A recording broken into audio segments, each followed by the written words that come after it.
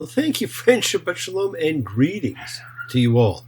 Now, welcome to our annual reading of the Book of Esther.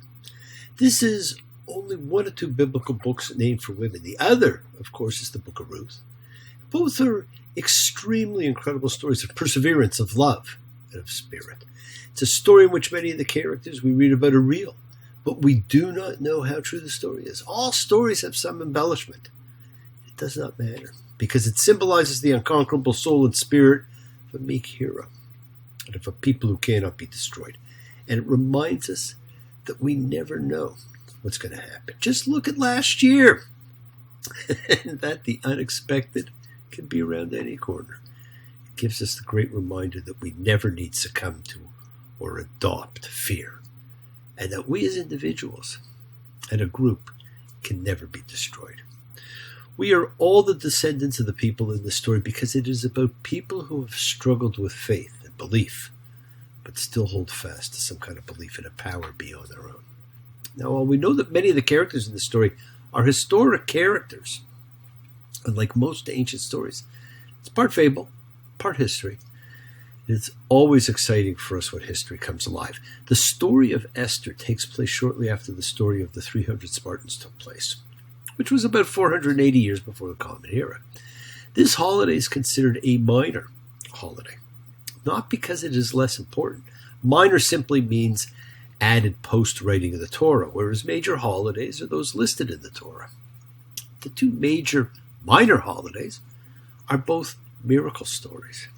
We all love miracles. And this one occurred about 300 years before the miracle festival we celebrate each year, the miracle of Hanukkah, the story of dedication. Now, historically, the Megillah Esther, Book of Esther, was the last of the 24 books of the Hebrew Bible to be canonized by the sages of the Great Assembly, a holy council of about 120 scribes, sages, and prophets from the Second Temple period forward, and they comprise some of the greatest scholars of the time: Zechariah, Ezra, Daniel, Nehemiah, Zerubbabel, a veritable who's who of Second Temple biblical lore. Zerubbabel rebuilt the temple. And while we do not know for certain, it is believed it was they who introduced the Feast of Purim to the established holy days of the calendar. Now, according to the Talmud, this book was a redaction or an edit of an original text by Mordechai, one of the chief characters in the story, dated to the 4th century before the Common Era, which actually fits with the days of Xerxes I, who came to the throne in 486 before the Common Era. It, like so much of the Torah, seems to have been edited from different sources, and it's told in 10 parts. And like many great ancient writings, there are Greek versions, Hebrew versions, Latin versions, Coptic, even Ethiopian versions. Each are slightly different. So there is no one simple book of Esther, and there is no one unedited version. Like all good stories, going back to the first written story, the Epic of Gilgamesh, to our latest modern tales, there is a hero and a heroine, our protagonists, faced with a conflict they must resolve. And there's an antagonist, the obstacle to be overcome. And our characters' names are not Hebrew, but Babylonian. The story as we know it comes from the time of the first exile in Babylon, which resulted in much cross-cultural pollination. The calendar's the same, the name's the same, many of the stories are the same. And because this was a story believed to have been written by a participant, Mordechai, it's given greater credence. There was a rabbinic determination that everyone is obligated to listen to a live reading of the Megillah on Purim. Some do, most do not. It is read in Hebrew. Some understand it, most do not. Friends, over the years, we've discovered that many ancient texts were authored by people using pseudonyms, generally of famous people, to add credence to their authenticity. Like Abraham having written the Book of Formation. Now, this story is so great that it does not matter if it was the actual Mordechai or someone else who just used the name Mordechai. It has come down to us as a living testament to spirit and survival, and it stands as a lesson to us all. Now, perhaps the most interesting thing about it is the Book of Esther is a non-religious diaspora story about and presumably for Jews in the first diaspora during the Persian exile. And it provides an optimistic picture of survival and success in a foreign land, and that is something that has never changed. That is universal calling for all people.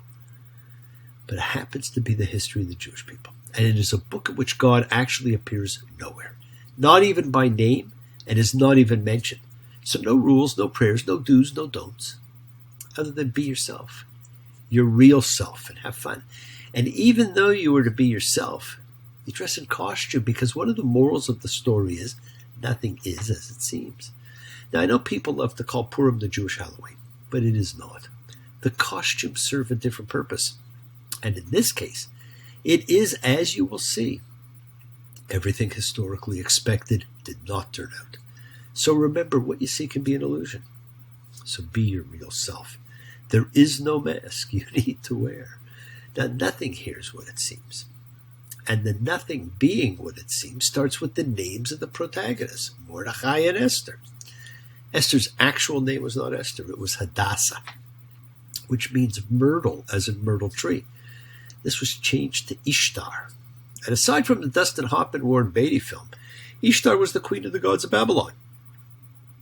Fitting name for the wife of a king, and a name everyone would be familiar with. So there was no Esther.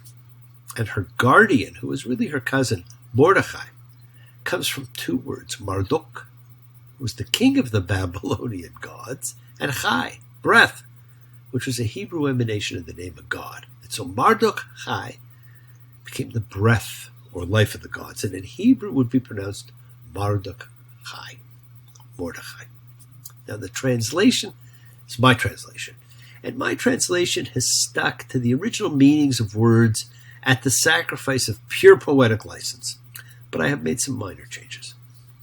There are plenty of translations available should you wish one, and I do encourage everyone to go to listen at some point in your life to a reading in synagogue where the cantillation is a language unto itself. The ritual chanting of biblical Hebrew is musical, my friends. It was used to help distinguish meaning, to add to the ritual. But you do not have to understand to simply sit back and enjoy, as you would try to any symphony. Except this is a symphony of words and feelings and dreams of hope. So sit back and enjoy the whole Megillah, the word for scroll or book, and generally now considered a big deal. Long, boring story, but not in this case. It is a story that has some interesting twists and fascinating characters. It's the story of bravery, and it's the story of the first two great biblical women, each for a different reason. It's a story of love. It's a story of perseverance. And remember, this is the time to let you be free to be you. Be congruent, be mindful, be conscious, be yourself 24 hours a day. Don't put on a face. So no matter who you are or what you believe, it's not hard to understand that love, faith, strength, and desire will overcome any adversity. Now, the name of the holiday comes from gambling, from dice, Purim. A pur was a lot. So a lot was cast to determine a date in which to commit regally approved genocide. The great miracle of the holiday is that the genocide never took place. And it is a story told in 10 parts, which seems like a lot, but none of the pieces are that long. The Reader's Digest version of the story is this. The Persian Empire of the 4th century before the Common Era extended over 127 different lands, and all the Jews were its subjects. King Ahasuerus, who we know as King Xerxes, had his wife, Queen Vashti, either banished or executed for failing to follow his orders. A beauty pageant, kind of, was orchestrated to find a new queen. A Jewish girl, Esther, found favor in the king's eyes and became the new queen, though she refused to divulge the identity of her nationality, so he didn't know she was Jewish. Jewish meant nothing to him. Meanwhile, the anti-Semitic Haman was appointed prime minister of the empire. Mordechai, one of the Jewish leaders and Esther's cousin, refused to bow to Haman. Haman was incensed and convinced the king to issue a decree ordering the extermination of all the Jews, 13th of Adar, the date chosen by a lottery, a pour, by rolling the dice. Their plots to kill the king, secret machinations like in any royal court, strict rules of etiquette, such as not appearing before the king unless being summoned, special events and entertainment. Knowing what was coming, Mordecai spurred all the Jews on, convincing them to repent, to fast, to pray to God for delivery. Meanwhile, Esther asked the king and Haman to join her for a special private feast. At the feast, Esther revealed to the king her Jewish identity and that Haman was going to have her killed. She made it look like he was soliciting her behind the king's back. Haman was hanged, Mordecai was appointed prime minister, and a new decree was issued granting the Jews the right to defend themselves against their enemies.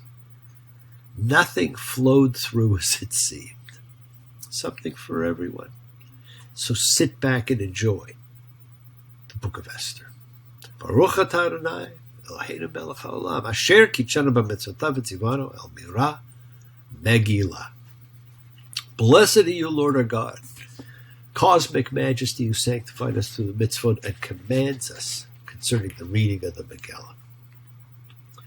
V'chayi b'mi Achashverosh, hula Achashverosh hamalach, v'chodu v'adkush, sebe v'ashrim u'mea medina. And it came to pass in the days of Achashverosh, who we will simply refer to as Xerxes from now on, the same Xerxes who ruled from Hodu to Kush, which is India to Ethiopia, 127 provinces. That's a huge empire. And within about 100 years, Alexander the Great would actually conquer it and expand it, make it much bigger.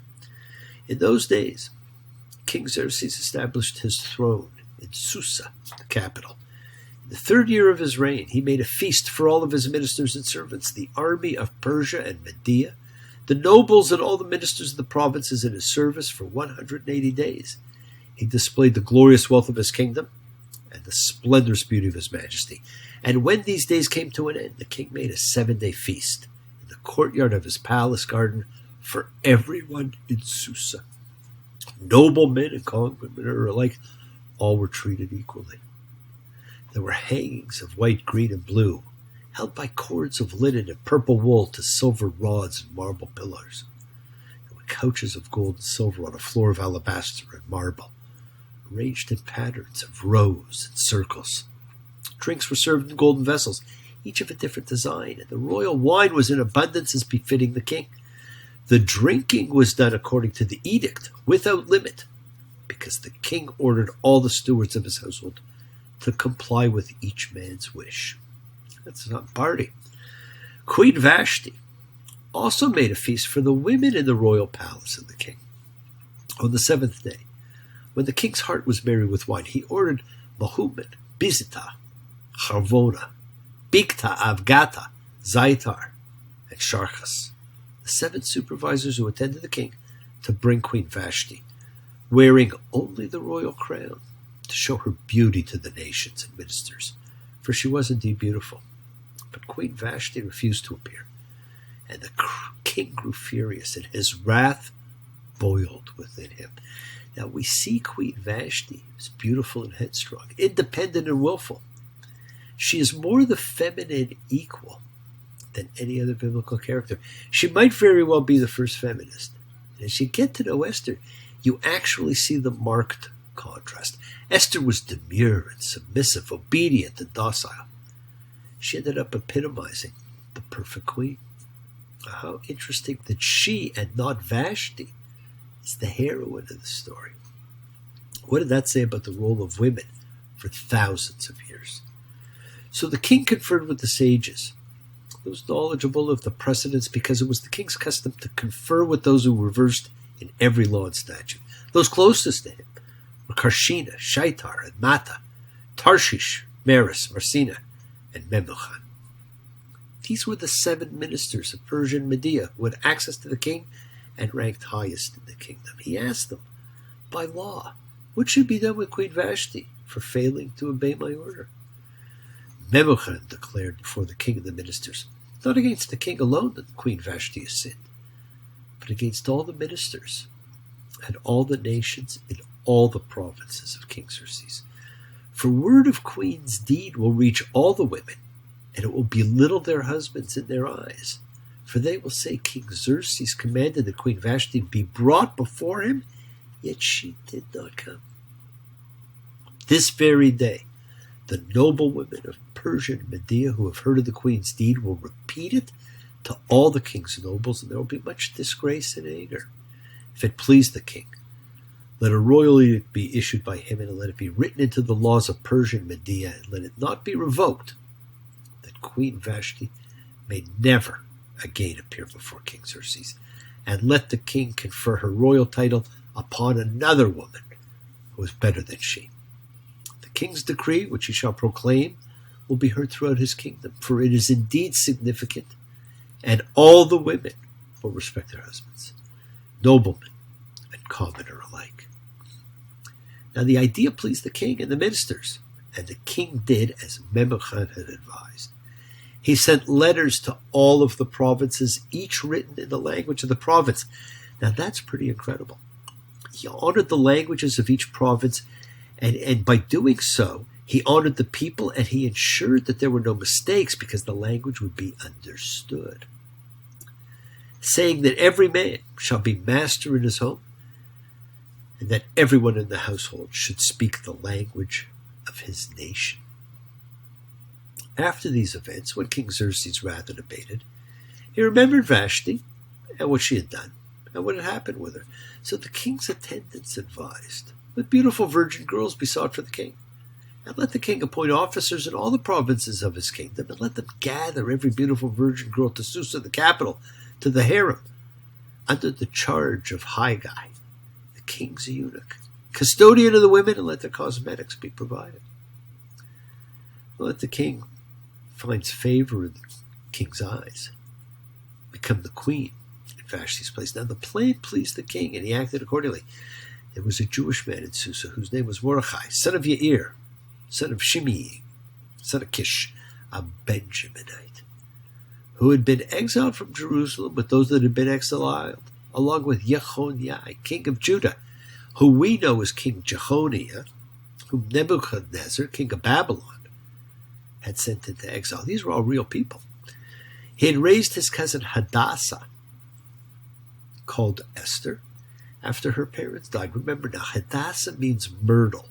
That was a special tree because biblical righteous men were likened to trees and therefore were called myrtles.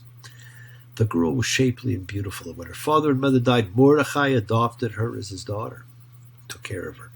Now when the king's order and edict became known, and many girls were gathered to Susa, the capital, under the charge of Haggai, Esther was also taken to the palace under the eunuch's charge.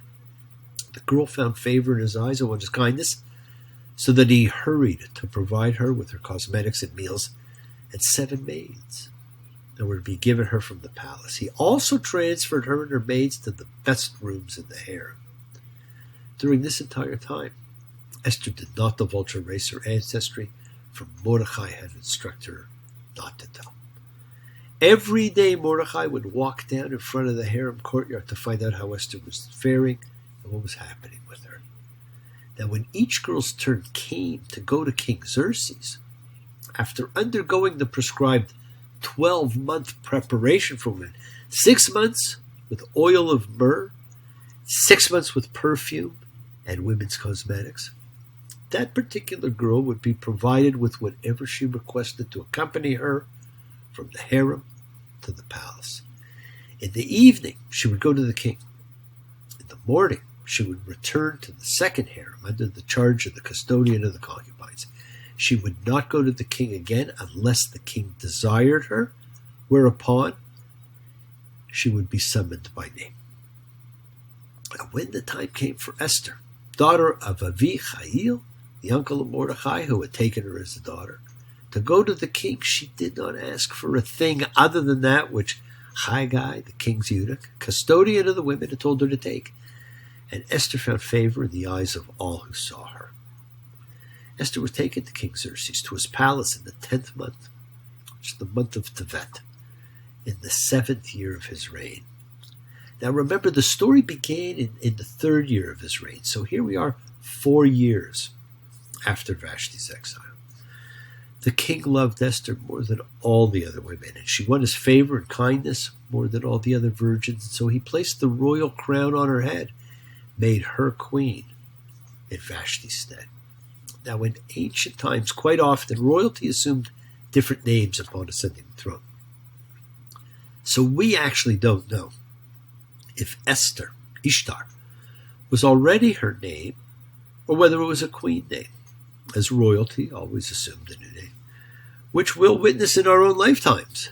And we probably never will know what was the truth about Esther's. Then the king made a grand feast for all his ministers and servants, called the Feast of Esther. And he lowered the taxes for the provinces and gave out royal gifts. And when the virgins were gathered a second time, Mordecai was appointed to sit at the king's gate. Esther would still not divulge her ancestry or race, as Mordecai had instructed her. Indeed, Esther followed Mordecai's instructions just as she had done while under his care.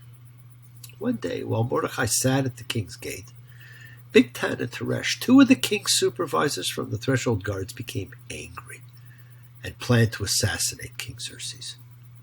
The matter became known to Mordecai, and he informed Queen Esther.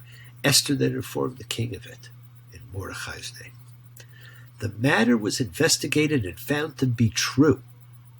The two were hanged. It was then recorded in the Book of Chronicles before the king. And of course, the Book of Chronicles is an actual biblical book. After these events, King Xerxes promoted Haman, son of Hamdata the Agagite, and advanced him. He placed his seat above all his fellow ministers. And because Haman is referred to as an Agagite, it made commentators wonder whether there was a tie between the Amalekites, the constantly referred to enemies of the Hebrews, and Haman, because the king of the Amalekites was Agag. All the king's servants at the king's gate kneeled and bowed before Haman. For so had the king commanded concerning him, but Mordecai would not kneel or bow. The king's servants at the gate said to Mordecai, "Why do you disobey the king's command?" Day after day they would say this to him. He did not listen to them. So they informed Haman to see if Mordecai would stick to his guns, for he had told them he would never bow.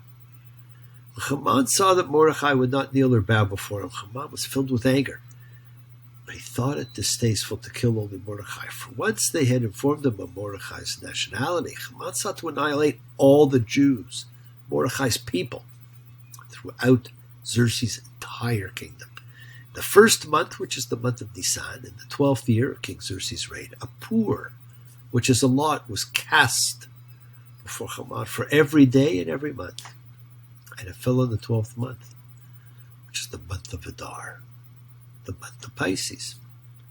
Haman said to King Xerxes, "There is one nation, scattered, dispersed among the nations throughout the provinces of your kingdom, whose laws are unlike those of any other nation, and who do not obey the laws of the king. It's not in the king's interest to tolerate them." Notice that this was the cry to blame, to scapegoat, to project, to create an enemy. Someone on whom you can blame any and all. They're different. And isn't that crime enough? Are we any different? Now, if it please the king, let an edict be issued for their destruction, and I will pay 10,000 silver talents to the executors to be deposited in the king's treasuries. The king removed the signet ring from his hand and gave it to Haman, son of Hamdata the Agagite, persecutor of the Jews. And the king said to him, "The money is yours to keep, and the nation is yours to do with as you please." The death sentence was written. The king's scribes were then summoned on the 13th day of the first month, and all that Haman commanded to the king's governors and to the nobles of each nation was written to each province according to its alphabet, and each nation according to its language. It was written in King Xerxes' name and sealed with the king's signet ring. Letters were sent with couriers to all of the provinces of the king. Annihilate, murder, and destroy all the Jews, young and old, children and women, on one day, 13th day of the 12th month, which is the month of Adar, and to plunder their possessions. Copies of the edict were to be proclaimed in law in every province, declaring that everyone should be ready for war that day. The couriers hurried out with the order of the king, and the law was proclaimed in Susa, the capital. Then the king and Haman sat down to drink, while the city of Susa was in turmoil. Mordecai knew all that had occurred, so Mordecai tore his clothes as if in mourning, put on sackcloth and ash. He went out into the city, crying loudly and bitterly. He went as far as the king's gate, for it was improper to enter the king's gate wearing sackcloth. And in every province, wherever the edict of the king and his law reached, there was great mourning among the Jews, with fasting, crying, wailing. Sackcloth and ash was spread out for the masses. Esther's maids and attendants came and told her about it. The queen was terrified. She sent garments with which to dress Mordecai so that he would remove his sackcloth from upon him, but he did not accept them. Esther summoned Hathach, one of the king's chamberlains, who he had placed in her service. She commanded him, "Go to Mordecai, find out the meaning of this and what it's about." Hathach went out to Mordecai to the city square that was in front of the king's gate, and Mordecai told him about all that had happened, but the sum of money that Haman had promised to pay to the king's treasuries for the right to destroy the Jews. He also gave him a copy of the law that was proclaimed in Susa, calling for their annihilation, to show Esther, to tell her about it, and to instruct her.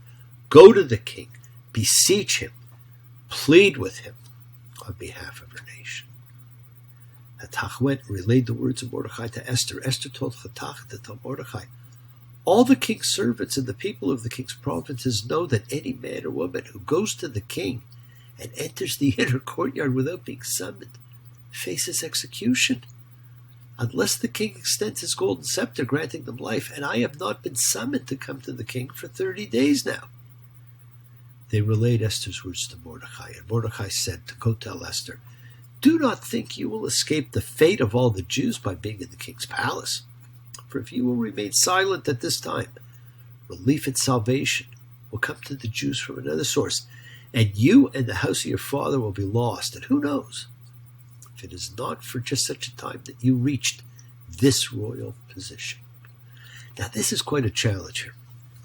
It almost sounds like Mordecai's threatening her, telling her that she has to act or she will die.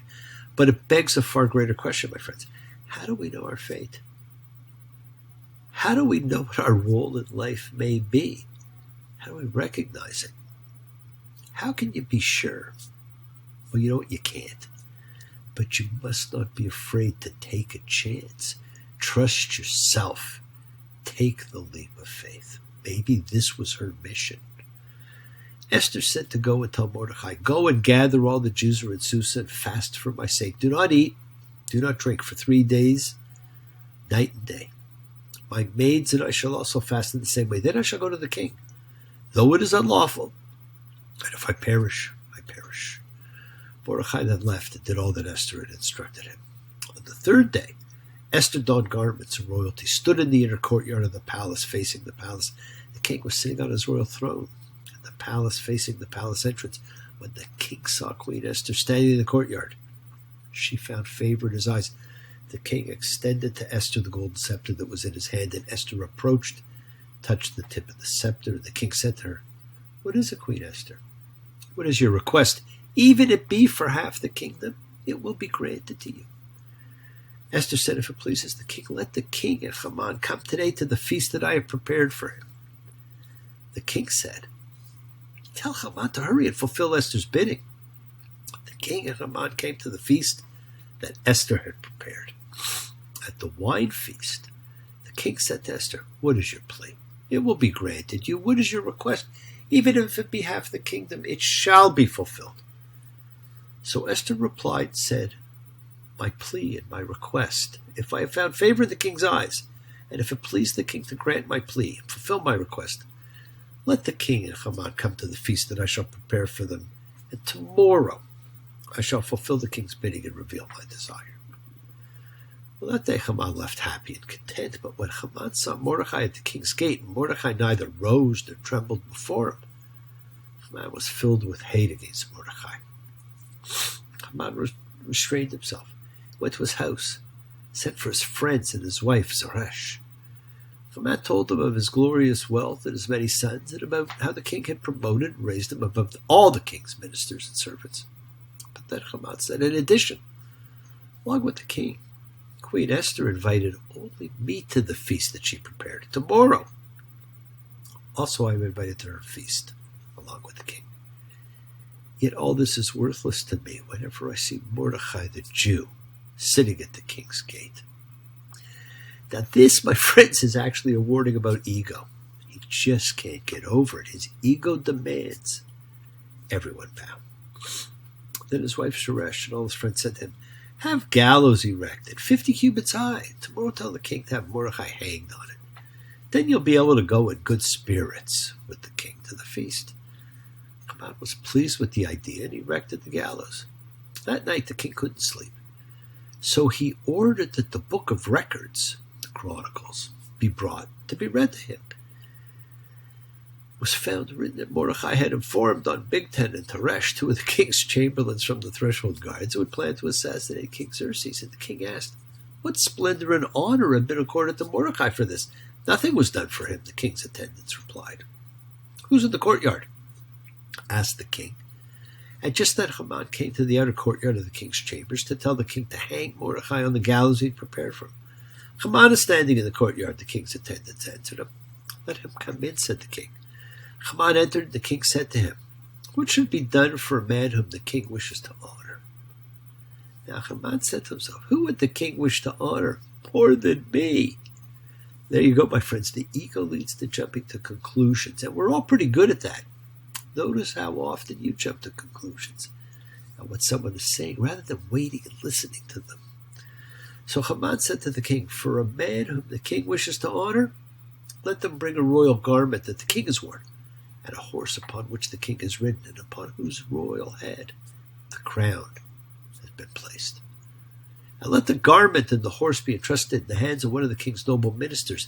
They shall dress the man whom the king wishes to honor and lead him on the horse through the city square, proclaiming before him, so is done for the man whom the king wishes to honor. The king said to Haman, hurry, take the garment and the horse, just as you have said, and do just so.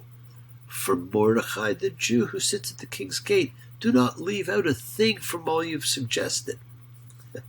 Talk about karma. Can you imagine how Haman must have taken that news? So Haman took the garment and the horse and dressed Mordecai, and he led him through the city square and proclaimed before him, so was done for the man whom the king wishes to honor. Then Mordecai returned to the king's gate, while Haman returned to his house, miserable, his face covered.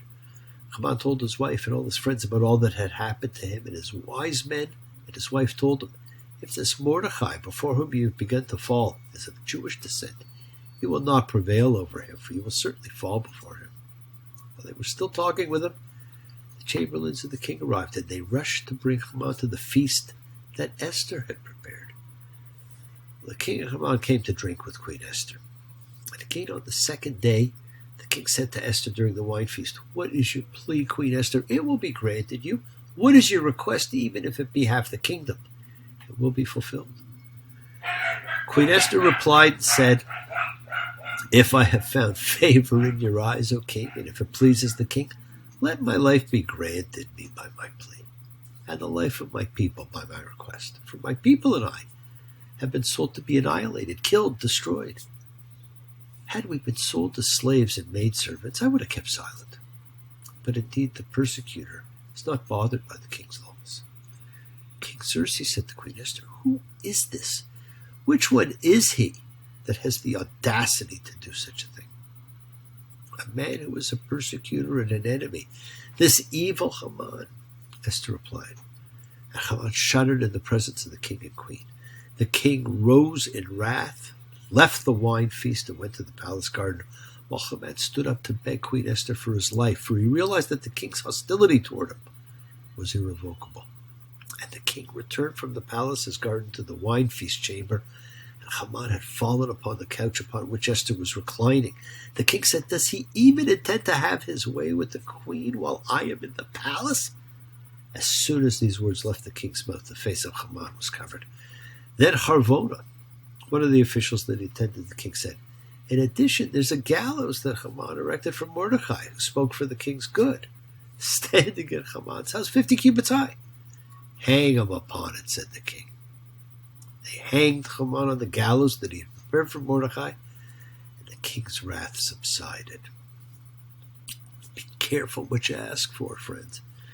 Now that takes us through the first 7 parts. The last 3 are more about the legality of what happens next. Esther wants the edict of the upcoming 13th of Adar canceled, but a royal edict, once given, cannot be rescinded. So a new edict is offered, which allows the Jews to defend themselves. This is read in every city. The Jews defend themselves. A lot of needless death occurs. Mordecai is named the new prime minister. He writes the story. The holiday is called Purim because of the lot casting, and it is decided it should be read every year. Now, what a great story. It's a story of karma, of fear, of faith, of belief, of bravery, of love. It's the story of the celebration of the great female who demonstrated strength through vulnerability. It is the shining ray of hope that things will work out, and someone, somewhere, is listening. And I want to thank you, friends, for listening to the whole Megillah. Now, bless you all. Have a great week. Honor the miracles in your life, and be prepared to take the leaps of faith that you create. Thanks, and have a great week. Take care. Bye.